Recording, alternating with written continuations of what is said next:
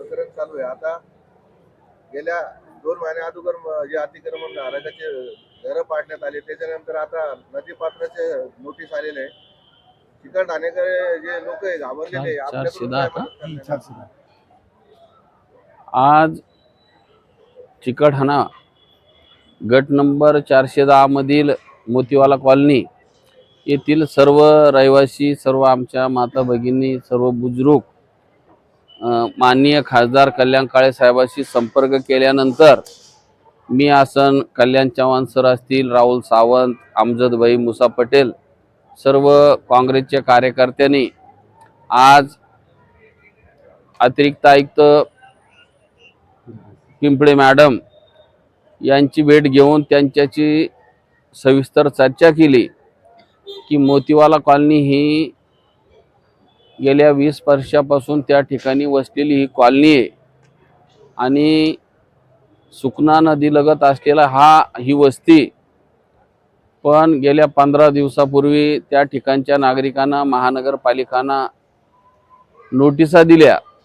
त्या संदर्भात सर्व नागरिकांनी महानगरपालिकाकडे आपल्या मालकीचे सर्व कागदपत्र दिलेले असताना सुद्धा आज शहरामध्ये जेव्हा चिकलठाणची कारवाई झाली, जालना रोडची कारवाई झाली, तेव्हापासून नागरिकांमध्ये एक भीती निर्माण झाली की महानगरपालिका आपलं घर पाडीन का। पैनापायी जमा करून त्या ठिकाणी घरं बांधलेले आणि गेल्या 20 वर्षापासून राहत असलेले सर्व त्या ठिकाणचे आमचे बांधव, मी संबंधित अधिकारी यांना सर्व सविस्तर याबाबत कल्पना दिली की तो भाग गुंठेवारीमध्ये येतो, तेथील नागरिक टॅक्स भरतात, ते काही महानगरपालिकाच्या मालकीवरच्या जागेवर किंवा शासनाच्या जागेवर ते बसलेलं नाही। तर मी त्यांना विनंती केली की आपण जी सुकना नदी आहे ती इरिगेशन मध्ये येते, तिचं पात्र किती आहे, काय आहे, त्याची रुंदी सुद्धा फिक्स केलेली नसताना विनाकारण नागरिकाला त्या ठिकाणी नोटिसा देऊन वेठी धरण्याचं काम महानगरपालिका करत आहे। निश्चितपणानं खासदार कल्याण काळे साहेब सुद्धा माननीय कमिशनर जी श्रीकांत साहेब यांच्याशी सुद्धा त्यांनी चर्चा केलेली आहे की या ठिकाणच्या नागरिकाच्या कुठल्याही घराला हात लावू नये, कारण ते मालकीच्या जागेवर त्या ठिकाणी राहतात।